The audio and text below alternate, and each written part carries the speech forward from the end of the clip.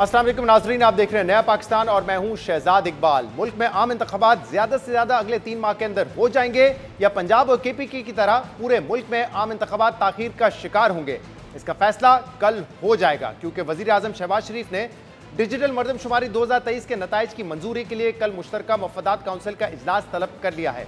ये इजलास इस हवाले से अहम है कि कल इस बात का फैसला हो सकता है कि मुल्क में अगले आम इंतखाबात नई मरदमशुमारी के तहत होंगे या फिर पुरानी मरदमशुमारी के। अहम बात यह है कि वज़ीर आज़म शहबाज शरीफ इंतखाबात नई मरदमशुमारी के तहत करवाने का पहले ही ऐलान कर चुके हैं और अगर कल CCI ने भी इलेक्शन नई मरदमशुमारी पर करवाने का फैसला किया तो इंतखाबात नवंबर में होने के बजाय मार्च तक मौखर हो सकते हैं, क्योंकि ज़राए के मुताबिक इलेक्शन कमीशन को नई मरदमशुमारी पर इलेक्शन करवाने के लिए नई हल्का बंदियों और नई वोटर लिस्टें बनाने में मजीद 3 से 4 माह का वक्त दरकार होगा। इसलिए अब देखना होगा कि कल CCI के इजलास में चारों सूबों के वुज़राए आला क्या मौक़िफ़ अपनाते हैं। अहम बात यह है कि पंजाब और खैबर पख्तूनख्वा में इस वक्त निगरां वुज़राए आला हैं, जो जाहिर है कि रियासती पॉलिसी के साथ ही आगे बढ़ेंगे, लेकिन यह भी देखना होगा कि इस पर सिंध के वज़ीर आला मुराद अली शाह का क्या मौक़िफ़ होता है, क्योंकि 2 रोज़ पहले तक वो नई मरदमशुमारी के तहत इलेक्शन करवाने की मुखालफत कर रहे थे, लेकिन अब उनका कहना है कि अगर हमारे एतराज़ात नई मरदमशुमारी पर दूर कर दिए जाते हैं तो वो उसके हक में वोट दे सकते हैं। अब दिलचस्प बात यह है कि इलेक्शन किस मरदमशुमारी पर होंगे, इस मामले पर वफाकी हुकूमत यू टर्न ले रही है। जब पाकिस्तान तहरीक इंसाफ ने रवा साल जनवरी में पंजाब और KPK के असम्बलियाँ तहलील करके इंतखाबात का मुतालबा किया था, तब वफाकी वुज़रा ने यह कहकर इस मुतालबे को मुस्तरद किया था कि CCI 2021 में यह फैसला कर चुकी है कि 2023 के इंतखाबात नई मरदमशुमारी के तहत ही होंगे, इसलिए कबल अज़ वक्त इंतखाबात नहीं करवाए जा सकते। लेकिन फिर इस मौक़िफ़ पर यूटर्न लेते हुए सिर्फ 2 हफ्ते पहले वफाकी वुज़रा ने यह मौक़िफ़ इख्तियार किया कि हुकूमत ने नई मरदमशुमारी के नताइज नोटिफाई ना करने का फैसला किया है ताकि पुरानी मरदमशुमारी पर बर वक्त इंतखाबात करवाए जा सकें। मगर अब वफाकी वुज़रा एक और यूटर्न लेते हुए एक बार फिर नई की बुनियाद पर इलेक्शन करवाने की बात कर रहे हैं और खुद ये मौक़िफ़ अपना रहे हैं कि इलेक्शन 2-3 माह के लिए मुलतवी हो सकते हैं। मगर पहले सुनिए कि यही वुज़रा कुछ ही रोज पहले तक नई मरदमशुमारी पर इलेक्शन करवाने को कैसे नामुमकिन करार दे रहे थे। इस सेंसस को हुकूमत ने ये फैसला किया है कि वो इसे नोटिफाई नहीं करेगी, तो जब गवर्नमेंट नोटिफाई नहीं करेगी और असम्बलियाँ डिसॉल्व हो जाएंगी अपनी मीटिंग पूरी करके, तो फिर इलेक्शन कमीशन पाबंद है कि जो हल्का बंदी मौजूद है उसके मुताबिक इलेक्शन का। मेरे नजदीक मुमकिन नहीं है कि हम नई मरदमशुमारी के नताइज नए इलेक्शन के टाइम टेबल के मुताबिक उन्हें हतमी शक्ल दे सके। अगर हमने मुकर्ररा मुद्दत में इलेक्शन कराने हैं तो फिर 2017 की हल्का बंदी पर ही इलेक्शन कराने हों। मरदमशुमारी के बाद अगर हल्का बंदियां करनी होगी, उसके लिए आईनी तरमीम चाहिए, तो ये असम्बली या केयरटेकर तो और ऑर्डिनेंस के जरिए तो तरमीम हो नहीं सकती। ये मुतालबे अपनी जगह, लेकिन इसमें इसकी अमली ताबीर जो है ये मुमकिन नहीं हो पाती। को भी लगता है कि जो इलेक्शंस हैं अब वो पुरानी मरदमशुमारी पर ही होंगे। जी बज़ाहिर ऐसा ही मुमकिन है। समझ से बालातर है कि वफाकी वुज़रा कुछ ही रोज पहले तक पुरानी मरदमशुमारी पर इलेक्शन करवाने की बात कर रहे थे, मगर अब दोबारा नई मरदमशुमारी पर इलेक्शन करवाने की बात की जा रही है और वफाकी वजीर कानून आज़म नज़ीर तारर आर्टिकल 254 का सहारा लेकर इलेक्शन में इल्तवा का जवाब फराहम कर रहे हैं। CCI इत्तफाक़ राय से मरदमशुमारी को कन्फर्म कर देती है, तो फिर आइन का आर्टिकल 51(5) कहता है कि फिर इंतखाबात उस मरदमशुमारी की बुनियाद पे होंगे। उसके लिए आपको मालूम है कि इलेक्शन कमीशन को एक प्रोसेस से गुजरना पड़ेगा और उस सूरत में इंतखाबात 4 से 6 हफ्ते आगे जा सकते हैं, लेकिन आइन का आर्टिकल 254 इसी चीज़ के लिए बनाया गया। अगर ये सूरत हाल आती है तो उस सूरत में 254 इसे सेव करता है, जो कहता है कि आइन में जहाँ पे किसी काम के लिए कोई टाइम फ्रेम दिया गया, मुद्दत दी गई है और वो काम उस मुद्दत में नहीं होता, तो सिर्फ इस वजह से वो गैर आइनी नहीं होगा कि वो उस मुकर्ररा मुद्दत में नहीं हुआ।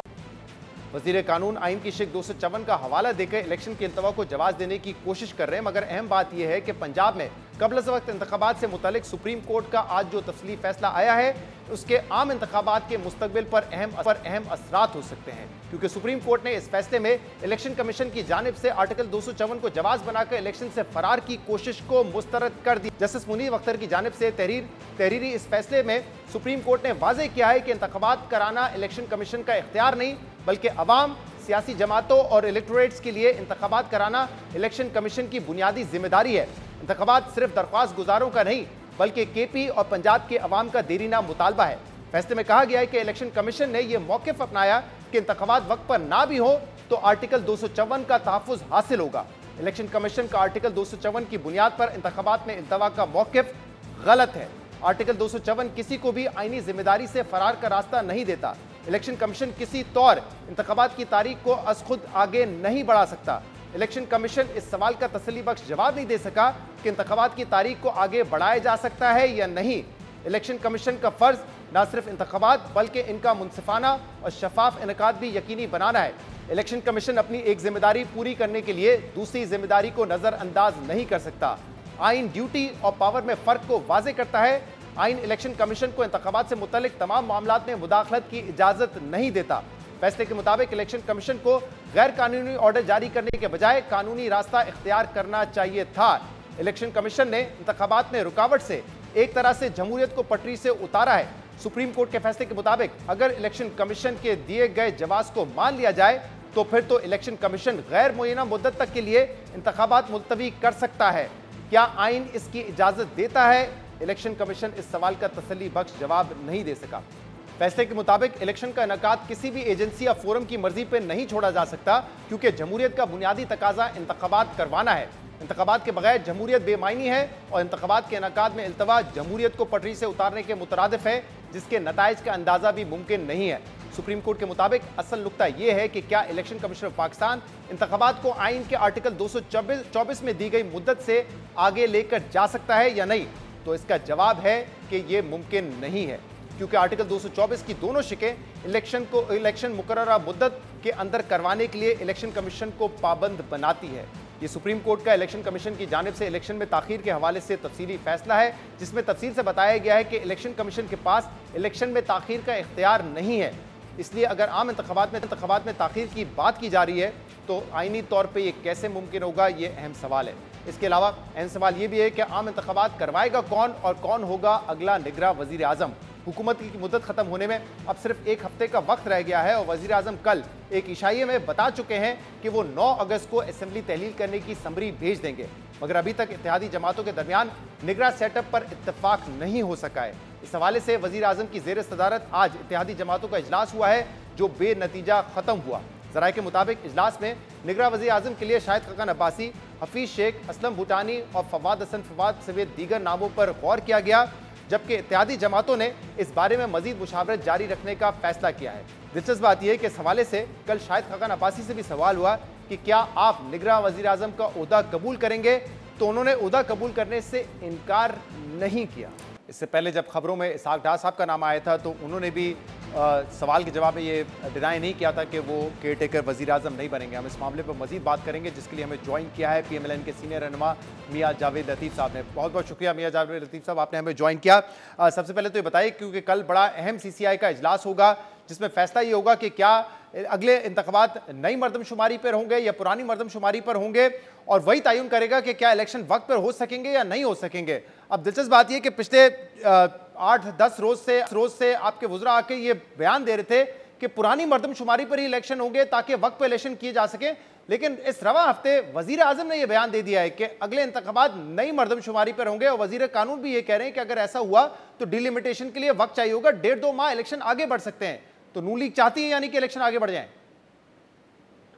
देखें शहजाद इकबाल साहब, पहली बात तो यह है कि हम तो डे 1 से ये कहते हैं कि वक्त मुकर्रर पर इलेक्शन होने चाहिए। इलेक्शन एक दिन का डिले जो है वो नहीं मुनासिब, और रियासत के लिए भी मुनासिब नहीं है कि इलेक्शन को आगे लेकर कोई भी किसी भी शक्ल में जाया जाए। जहाँ तक तल्लुक है, आपने खुद ही कहा कि कल CCI की मीटिंग है। अब देखें उसमें तमाम पॉलिटिकल फोर्सेस के अलावा तमाम स्टेक होल्डर भी मौजूद होंगे। अब वो क्या फैसला करते हैं, यकीनन वो फैसला मानना तो पड़ेगा, मगर मैं ये जरूर कह दूं कि ये क्या एक कोई मुनासिब बात नहीं होती कि हर बात का जो है वो मुस्लिम लीग नून पे डाल दिया जाए मलबा कि मुस्लिम लीग नून ये चाहती है। भाई अगर वजीर आजम ने ये बात की है कि नई मरदमशुमारी पे इलेक्शन होनी चाहिए, तो उसकी बुनियादी वजह यह है कि मुस्लिम लीग नून के प्रेसिडेंट होने की हैसियत से वो बात नहीं कर रहे, वो बतौर प्राइम मिनिस्टर की बात कर रहे हैं, क्योंकि ये कौमी हुकूमत है, मुस्लिम लीग की हुकूमत नहीं है। और अगर कौमी हुकूमत में कुछ जमातें तहफ़्ज़ात का इजहार करती हैं, शायद करती हैं कि नई मरदमशुमारी पे इलेक्शन होने चाहिए, तो यकीनन उनको ड्रेस करना वक्त के प्राइम मिनिस्टर की जिम्मेवारी है। अब जहां तक तल्लक है कि नई मर्दमशुमारी पे अगर इलेक्शन आप करवाएंगे तो आपको आइन में तरमीम करना होगी। ये हकीकत है, मैं नहीं कह रहा, आप कह रहे हैं और भी लोग कह रहे हैं, मैं भी यही बात कहता हूँ। तो मैं समझता हूँ कि डिले जो होगी उसका मलबा किसी तौर पर भी मुस्लिम लीग नून पे नहीं डाला जाना चाहिए। उसकी वजह क्या है?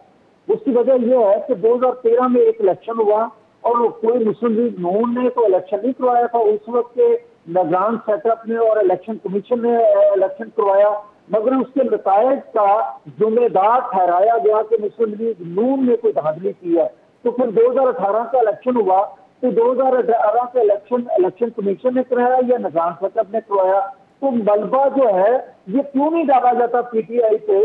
भले आप आरटीएस बंद कर दें, भले आपने जो धांधली के मियां जावेद रतीफ साहब, मैं उस पर आता हूं, लेकिन जरा मर्दमशुमारी में बात करें, क्योंकि कल आपने भी प्रेस कॉन्फ्रेंस की और आपने कहा कि नई मर्दमशुमारी के मुताबिक इंतखाबात होना मुमकिन नहीं है। अगर वक्त पे इलेक्शन करवाने हैं तो पुरानी मर्दमशुमारी के तहत ही होने चाहिए। तो ये आपने जो कल जाती राय है या पार्टी पॉलिसी है नून लीग की? देखिए, मैं तो ये बात करता हूँ, ये मुस्लिम लीग के अंदर भी एक सोच है। मैं एक सियासी वर्कर हूँ, मैं अपनी राय भी दे रहा हूँ। मैं ये कहता हूँ कि अगर आप देखें और कंसेंसस हो जाए सबका इस बात पे कि नई मर्दमशुमारी पे इलेक्शन होना चाहिए, हमें कोई एतराज नहीं है। मगर हमारी पहली तरजीह यही है कि आपको इलेक्शन जो है वो वक्त मुकर्ररा पर करवाना लेकिन अब मियां साहब आप कह रहे हैं कि इसकी जिम्मेदारी नून लीग पे ना डाली जाए। ये एक मखलूत हुकूमत है, ये नून लीग की पिछले एक हफ्ते से चाहे एहसन इकबाल साहब हो, राना सनाउल्लाह साहब हो या सादिक साहब हो, ये तमाम लोग बयान दे रहे थे कि पुरानी मर्दमशुमारी पे इंतखाबात होंगे तभी वक्त पे हो सकेंगे। कायरा साहब ने भी ये कहा था कि पुरानी मर्दमशुमारी पे होने चाहिए।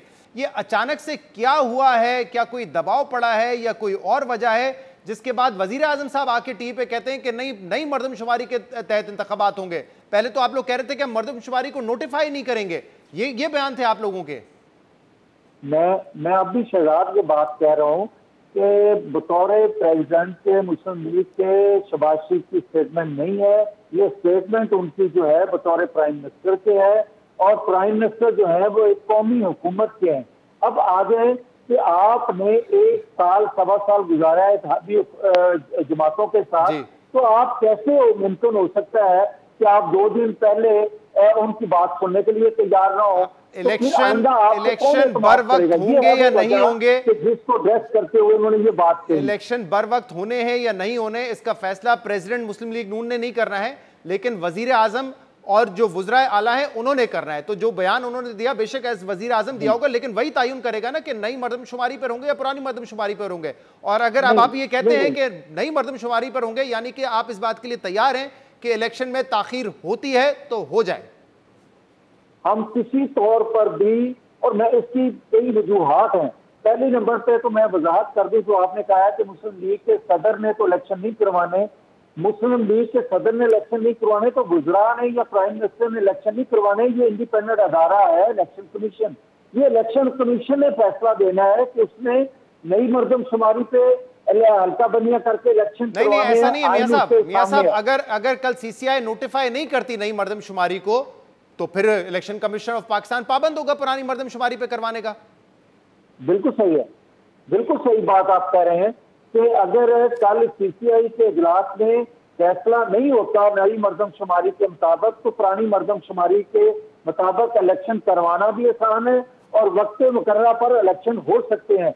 अगर आप नई मर्दमशुमारी की तरफ जाएंगे तो कई तरफ से उंगलियां भी उठेंगी, बातें भी होगी, और अब अगर बातें ही सुननी है या तहफ़्ज़ात किसी ने इजहार करना है उस पर, तो फिर पुरानी मर्दमशुमारी पे क्यों इलेक्शन करवाए जा सकते? लेकिन मियां साहब ये जो इस वक्त इलेक्शन में जो ताखीर का मामला आप कह रहे हैं नून लीग पे जिम्मेदारी नहीं आएगी, क्यों नहीं आएगी? क्योंकि आप लोग तैयारी भी कर रहे हैं ना। इस हवाले से आपने जो केयर टेकर सेटअप है उसको बाइख्तियार बनाने के लिए कानून भी पास किया। आप लोग अपने कहीं सागदार साहब का नाम फ्लोट हो रहा है, कहीं शाहिद अब्बासी साहब का नाम फ्लोट हो रहा है, तो आप तैयारी भी इसी हवाले से कर रहे हैं ना जाते जाते कि अगर तवील होता है सेटअप तो हमारे लोग हों, आप तो इसके हिस्सेदार रहे ना। फिर नहीं शहजाद, गुजारिश ये है कि जो आप बात कर रहे हैं ना, खुदा के लिए इस तरह मुनासिब नहीं है कि अगर आप सियासी कोई लीडरशिप जो है उसको निगरान वजीर आजम बनाते हैं या निगरान सेटअप में लेकर आते हैं, तो उसका हरगिज़ मतलब ये नहीं है कि आप इलेक्शन डिले चाहते हैं। अगर टेक्नोक्रेट आते हैं, हर दूसरा तीसरा बंदा बात कर रहा है कि अगर कोई टेक्नोक्रेट आता है तो फिर 2 साल भूल जाए इलेक्शन को, तो वो टेक्नोक्रेट क्या मुस्लिम लीग नून लेके आएगी? पता नहीं है। तो मैं ये बात कहना चाहता हूँ कि मुस्लिम लीग नून जो है वो इत्तेहादी हुकूमत का हिस्सा जरूर है, मगर सारा मलबा मुस्लिम लीग पे डाल दिया जो अहम वजारतें हैं वो आपके पास है, वजीर आजम आपके पास है। हमें ये मुद्दे इल्जाम ठहराया गया, लोगों ने हमारे हाथ में फैसला किया, इसकी ज्यादा जिम्मेदारी तो आपको लेनी पड़ेगी। जो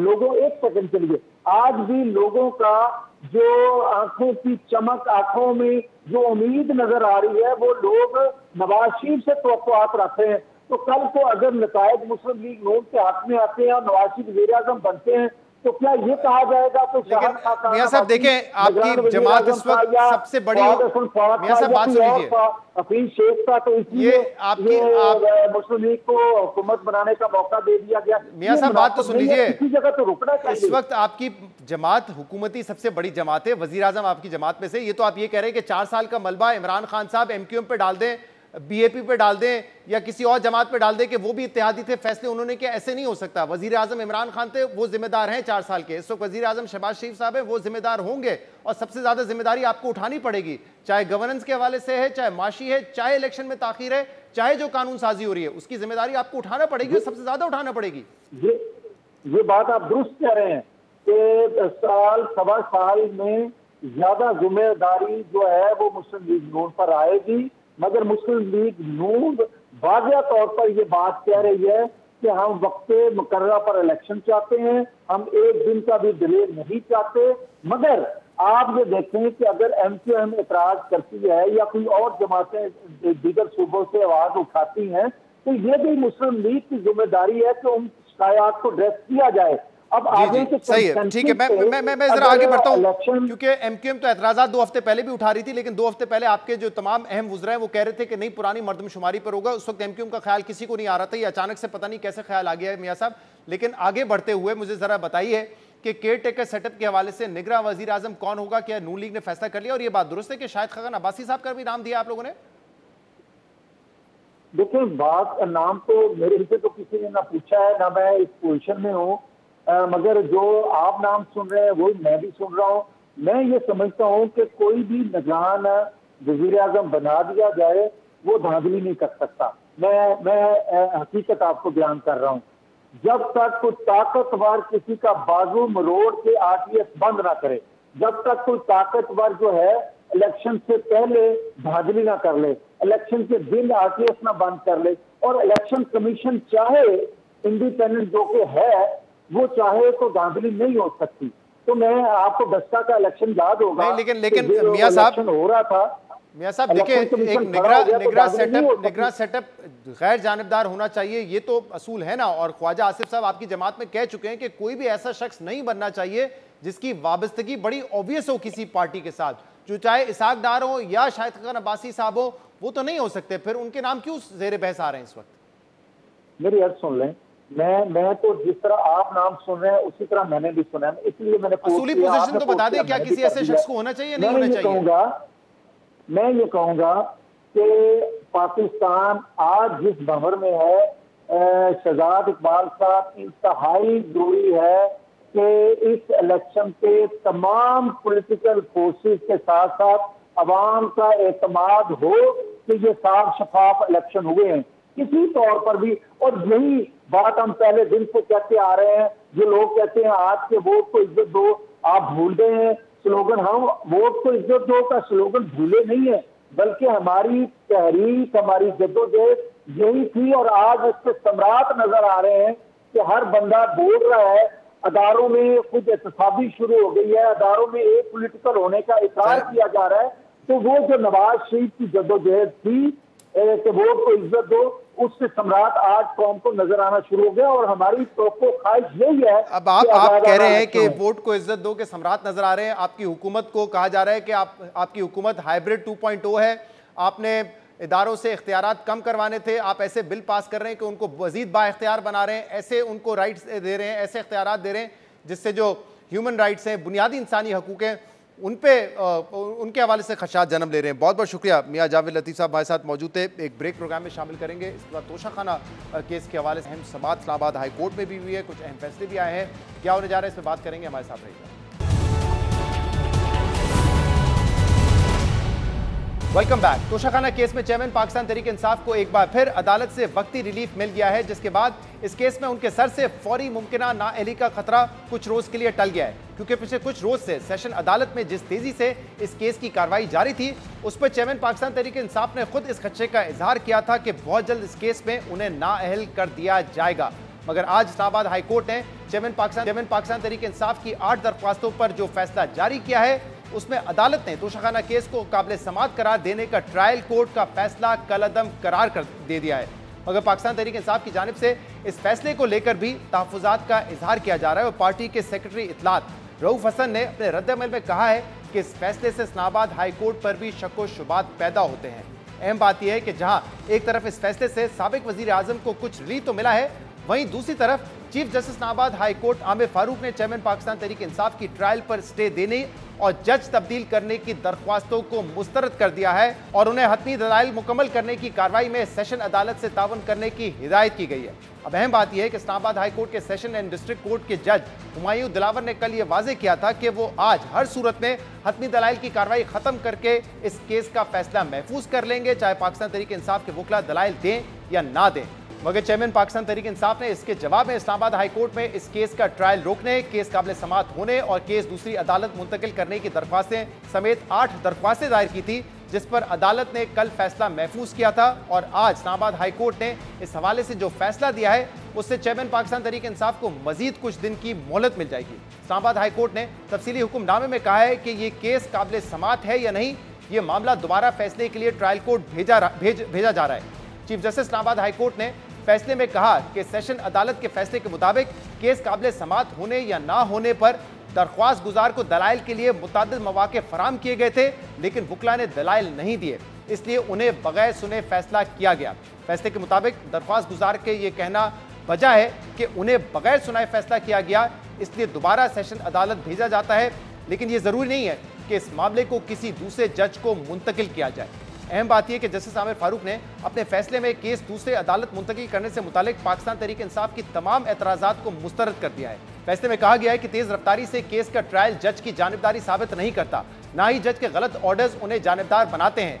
जबकि पाकिस्तान तहरीक इंसाफ के वकला ने जज की फेसबुक पोस्ट को लेकर जो एतराज़ उठाया, वो पोस्ट भी बादी नज़र में असल या मुस्तनद नहीं है। ताहम फैसले के मुताबिक अदालत ने FIA को इन पोस्ट की मजीद तहकीकात करके 2 हफ्ते में रिपोर्ट जमा करवाने की हिदायत की है। अहम बात यह कि अदालत ने फैसले में चेयरमैन पाकिस्तान तहरीक इंसाफ को यह हिदायत भी की है कि दरख्वास्त गुजार ट्रायल कोर्ट में पेश होकर हतमी दलाइल जरूर दें और ट्रायल कोर्ट फैसला करते हुए दरख्वास्त गुजार के एतराज़ात को मलूज़े खातिर रखे। अब दिलचस्प बात यह है कि इस्लामाबाद हाई कोर्ट ने केस के काबिल समात होने का मामला आज दोबारा ट्रायल कोर्ट को भेज दिया है, जबकि सेशन जज हुमायूं दिलावर ने कल ही इस मामले पर समात का फैसला किया है। इस्लामाबाद हाई कोर्ट का फैसला आने के बाद सेशन कोर्ट में समात के दौरान जज हुमायूं दिलावर ने कहा कि इलेक्शन कमीशन के वकील काबिल समात होने के मामले पर दलाइल दे चुके हैं। चेयरमैन पाकिस्तान तहरीक इंसाफ के वकला कल 8:30 बजे केस के काबिल समात होने या ना होने पर अपने दलाइल दें। जज हुमायूं दिलावर ने कहा है कि तोशाखाना केस हतमी मरले में दाखिल हो चुका है। 8:30 बजे अगर चेयरमैन पाकिस्तान तहरीक इंसाफ के वकला ना पेश हुए तो फैसला महफूज करके सुना दिया जाएगा। अदालत इस मामले पर चेयरमैन पाकिस्तान तहरीक इंसाफ को जाती हैसियत में 8:30 बजे तलब करके समात कल तक के लिए मुलतवी कर दी है।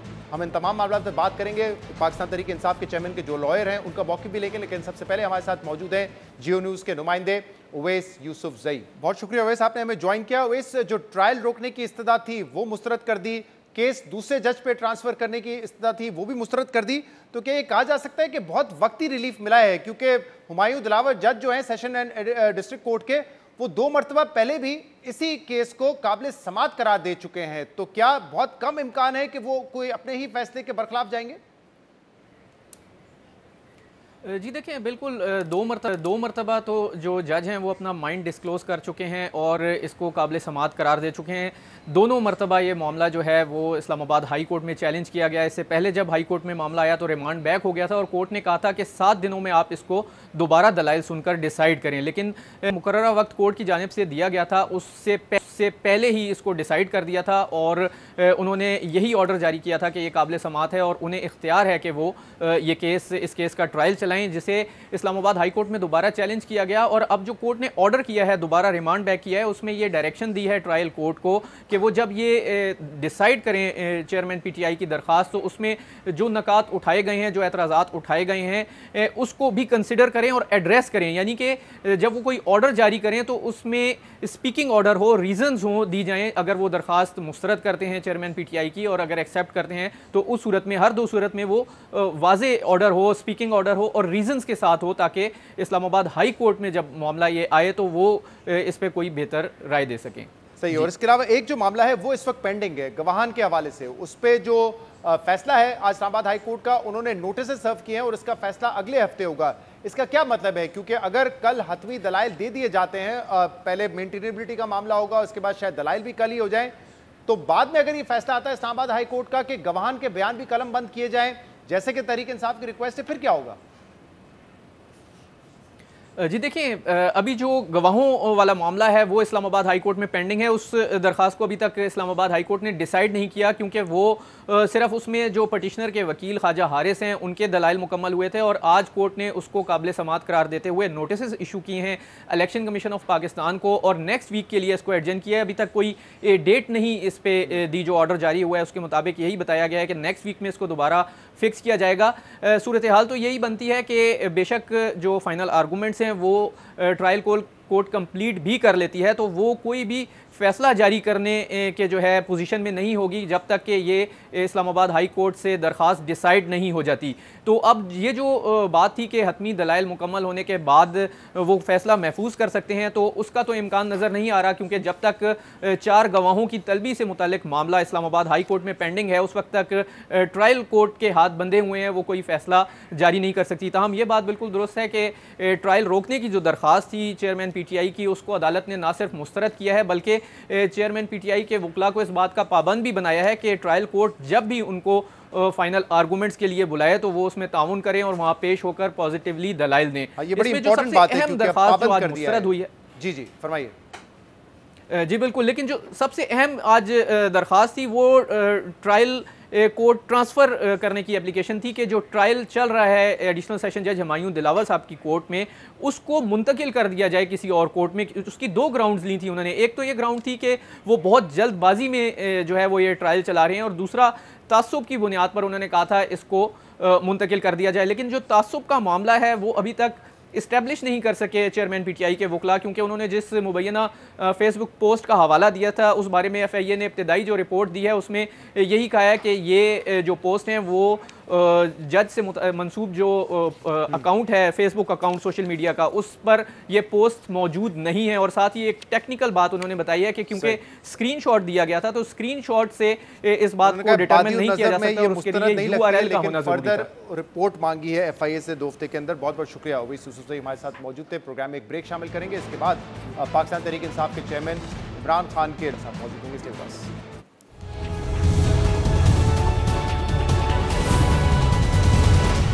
वेलकम बैक नाज़रीन। इस्लामाबाद हाई कोर्ट में आज जो फैसला है उसके बाद तोशाखाना केस काबिल समात है या नहीं, इसका फैसला दोबारा अब करना है कल सेशन कोर्ट ने। इस पर हम मजीद बात करेंगे। इमरान खान के जो वकील हैं गौहर अली खान साहब, वो इस वक्त हमारे साथ मौजूद है। बहुत बहुत शुक्रिया गौहर अली खान साहब, आपने हमें ज्वाइन किया। ट्रायल रोकने की आपने दरख्वास्त की थी, वो भी नहीं हुआ। आपने कहा कि जो केस है ये दूसरी अदालत में दूसरे जज के पास ट्रांसफ़र कर दिया जाए, ये भी नहीं हुआ। अलबत्ता ये कहा है कि दोबारा सेशन कोर्ट ये फैसला करे कि क्या ये केस काबिल समात है या नहीं। आप मुतमईन हैं जो फैसले अब तक आए हैं? देखिए, आपने सही फरमाया है, बट जहाँ तक इत्मीनान का ताल्लुक है ये तो हमारा ज़रूर है। इस वक्त 2 केसेस हमने 2 ऑर्डर हमने चैलेंज कर लिए थे ट्रायल कोर्ट के। एक ये था जो 8 जुलाई को रिमांड से बाद इस अदालत ने फैसला कर दिया, और दूसरा वो था जो 5 मई को फैसला कर लिया था। पहला वाला जो ऑर्डर था वो ऑथराइजेशन से रिलेटेड था और लिमिटेशन से रिलेटेड था, और जो दूसरा केस था वो इस कोर्ट के ज्यूरिसडिक्शन से रिलेटेड था कि क्या ये कर सकते हैं कि ट्रायल से प्रोसीड कर सकता है कि नहीं। तो हम तो इस बात पे मुतमईन है कि अदालत ने हमारी बात मानी है कि वाकई ट्रायल कोर्ट ने कानून के मुताबिक फैसला नहीं किया, लेकिन हमें इस बात पे ज़रूर रिजर्वेशन है और इत्मीनान नहीं है, क्योंकि कानून के मुताबिक जिस जज साहब ने अपना माइंड डिस्क्लोज किया हो और पहले कानूनी फैसला किया हो और वो कानूनी फैसले में हाई कोर्ट सुकम का पाए तो वो वापस उस जज को रिमांड नहीं हुआ करता। इसलिए इस बात पे जरूर हमें रिजर्वेशन दे और हम अपना रेमेडी सुप्रीम कोर्ट में सीख करेंगे इसके खिलाफ। और ये कब करेंगे? और आप कह रहे हैं कि जो ट्रांसफर ऑफ केस वाली आपकी दरख्वास्त को मुस्तरद किया है उस बात को आप चैलेंज करेंगे सुप्रीम कोर्ट में? वो दो किस्म की थी। वो जो एक इस बात पे वो जो दरखास्त थी, वो एप्लीकेशन है जो ट्रांसफर वाली थी जिसका इसके साथ फैसला हुआ था, उस पे तो बिल्कुल आर्गूमेंट्स नहीं हुए थे। किसी भी ट्रांसफर एप्लीकेशन पे कल बहस नहीं हुई थी।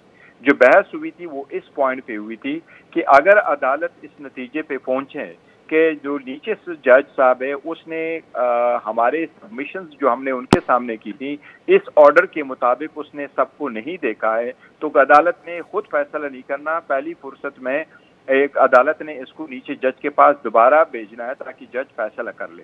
अगर अदालत इसको वापस रिमांड कर दी थी तो सुप्रीम कोर्ट के जजमेंट्स के मुताबिक वो उस जज के पास नहीं जाता जिस जज ने फैसला किया है। तो ट्रांसफर की एप्लीकेशन पे तो सिरे से बहस नहीं हुई थी। लेकिन आज जो फैसला इस्लामाबाद हाई कोर्ट का आया है उसमें ये कहा गया है कि जो आप लोगों ने एक मुद्दा बनाने की कोशिश की कि जज जानिबदार हैं, उन्होंने तो उसको रिजेक्ट किया। उन्होंने कहा है कि अगर तेजी से फैसले आ रहे हैं, आप लोगों ने ये आर्ग्यूमेंट दिया तेजी से फैसले आना है, तेजी से समाअत करना, इसका मतलब ये नहीं है कि जज बायस है। ये भी कहा गया कि अगर फैसले आपको लगता है कि गलत हैं तो वो भी जज का बायस नहीं शो करते हैं। और ये भी कहा कि जो फेसबुक के पोस्ट वाला मामला है वो तो बादियों नज़र में गलत ही है, ऑथेंटिक नहीं है, वो जाली पोस्ट है बादियों नज़र में जिसकी तहकीकात फर्दर की जा सकती है। तो जो बायस वाला आर्ग्यूमेंट था आपका कि ये हुमायूं दिलावर साहब हमारे खिलाफ हैं, जानिबदार हैं, वो तो रिजेक्ट हो गया आज।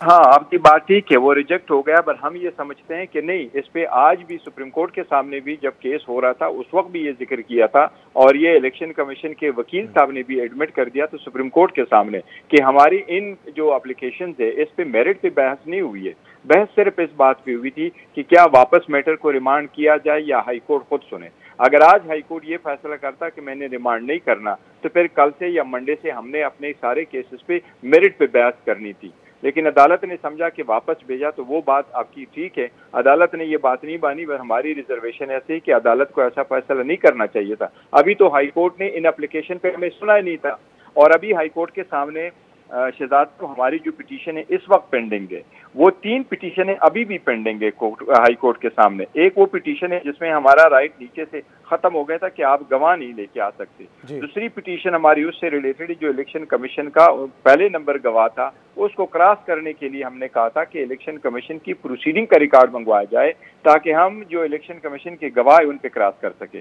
दूसरा हमने ये कहा था कि हम ये समझते हैं जो आपके सामने एफिडेविट फाइल हुआ उस पर दस्तखत सही नहीं है, लिहाजा दूसरे नंबर गवाह की भी कागजात मंगवाए जाए। अब ये तीनों एप्लीकेशन पेंडिंग है और इस पे नेक्स्ट वीक की डेट है। हाँ, लेकिन तो ये आपकी 3 एप्लीकेशन पेंडिंग है, लेकिन कल क्या होगा? 8:30 बजे समाअत होगी, उसमें अगर जज साहब दोबारा ये फैसला दे देते हैं तीसरी मरतबा कि ये काबिल समाअत है तो उसके बाद फिर वो हतमी दलाइल मांगेंगे और इलेक्शन कमीशन अपने दलाइल दे चुका है, फिर आपको दलाइल देने होंगे और वो ये वाजे कर चुके हैं कि कल अगर आपने दलाइल नहीं दिए तो फिर वो फैसला महफूज कर लेंगे। तो फैसला तो महफूज हो जाएगा कल। फिर देखिए, अगर ये ऐसे जज साहब करते हैं तो हम समझते हैं कानून के मुताबिक नहीं होगा और हाई कोर्ट के इस ऑर्डर पे भी हमें इसीलिए रिजर्वेशन के कि जब हमारा एक मेन इंपॉर्टेंट एप्लीकेशन इस बात पे पेंडिंग है कि मेरे कौन से गवाह जो आने, तो अभी इलेक्शन कमीशन के गवाहों पे हमारा क्रॉस कंप्लीट नहीं हुआ, जरा कंप्लीट नहीं है और हमारे अपने गवाह अभी आए नहीं है। तो ऐसे सर्कमस्टांसेस में हमें कैसे रिक्वायर किया जा सकता है कि कल ही जाओ और कल ही अपने फाइनल आर्गुमेंट करो? तो गौर साहब, ये भी मुमकिन हो सकता है कि कल अगर जज साहब ने कहा कि ये केस काबिल समाअत है और फिर वो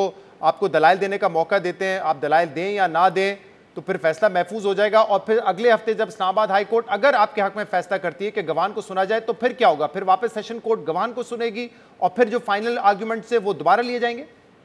ये ऐसा ही होता है, यस, हमेशा ऐसा ही रहता है, लेकिन ये मुनासिब नहीं होता कि अदालत है ना पीस मील में फैसले करे, एक एप्लीकेशन पे फिर दूसरे एप्लीकेशन है। इसलिए मुनासिब यही होता है कि अदालत अपनी कार्रवाई रोक लेता वक्त ये कि ये भी दरखास्त फैसला हो जाए और नीचे आ जाए क्या मेरे गवाह आ सकते हैं कि नहीं। तो पहले उनके गवाहों पे हमारा झरा कंप्लीट हो, उसके बाद हमारे गवाह हमारे हक में आ जाए, फिर अदालत के सामने उनका एविडेंस और हमारा एविडेंस मौजूद होगा, दोनों पार्टी अपने कानून के मुताबिक बहस करेगी और अदालत शवाहिद की बुनियाद पे जो फैसला मुनासिब। मैं जरा केस की मेरिट के हवाले से भी बात करना चाह रहा हूँ, लेकिन कल अगर ये केस काबिल समाअत करार देती है अदालत तो फिर आप अपने फाइनल आर्ग्यूमेंट्स देंगे या नहीं देंगे?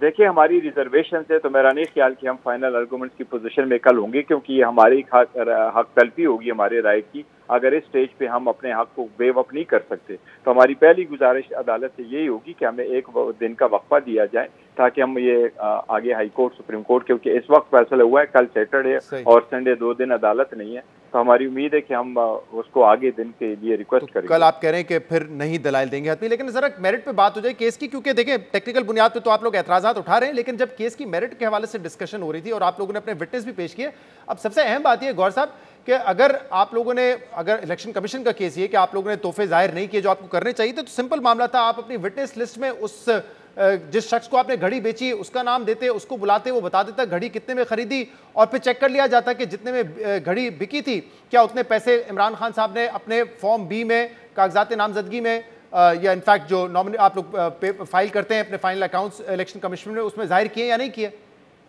शहजाद साहब, बेसिकली ये क्वेश्चन नहीं है बिफोर द कोर्ट। कोर्ट ने जो चार्ज फ्रेम किया उस इंडाइटमेंट में 2 काउंट्स है, और उसमें यह है कि 2018, 19 और 20 और 21 में आपने अपने एसेट्स डिक्लेयर नहीं किए, जो हम कह रहे हैं कि हमने डिक्लेयर किया है। उसकी राइट में सिर्फ कोर्ट कह रही है कि आपके फॉर्म बी जो है ना वो रेलेवेंट है।